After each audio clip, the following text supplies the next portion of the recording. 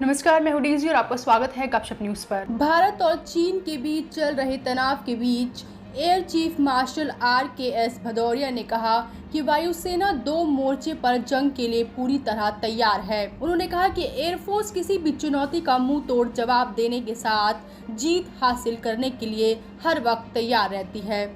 Air chief ने कहा कि वायुसेना चीन की किसी भी नापाक हरकत का जवाब देने के लिए पूरी तरह तैयार है। सालाना PC में वायुसेना चीफ भदौरिया ने कहा कि लद्दाख ही नहीं, कई ऑपरेशनल इलाके में वायुसेना ने लड़ाकू विमानों की तैनाती कर रखी है।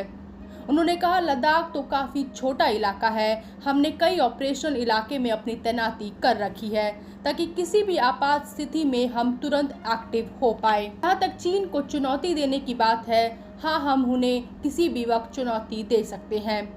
उन्होंने कहा, हम किसी भी स्थिति के लिए तैयार हैं और देश की जीत दिलाएंगे। एयर चीफ ने कहा कि हमें मई में चीन की हरकतों का एहसास हुआ था। जैसे ही चीन ने हरकत की, हमने उसी के अनुसार कार्रवाई की। वायुसेना और सेना की कार्रवाई वैसी ही थी।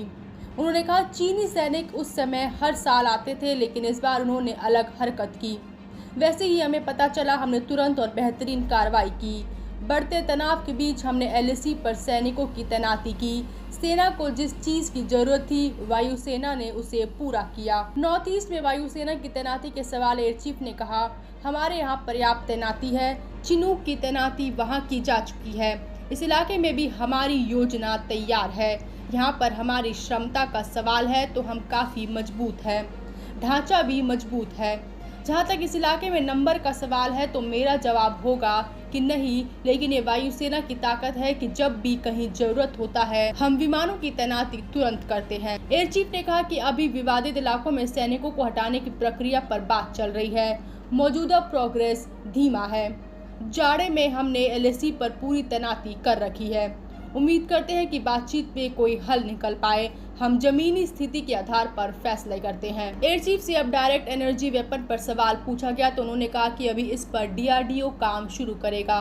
उन्होंने कहा कि जब तक 5वीं पीढ़ी का विमान आएगा तब तक हम चाह रहे हैं कि 6ठी पीढ़ी की तकनीक भी शामिल हो। उन्होंने कहा, इसके लिए डायरेक्ट एनर्जी आना जरूरी है। अगले 15-20 साल में हम इसमें सफल हो पाएंगे। इस तकनीक में एंटी मिसाइल तकनीक शामिल हो सकती है।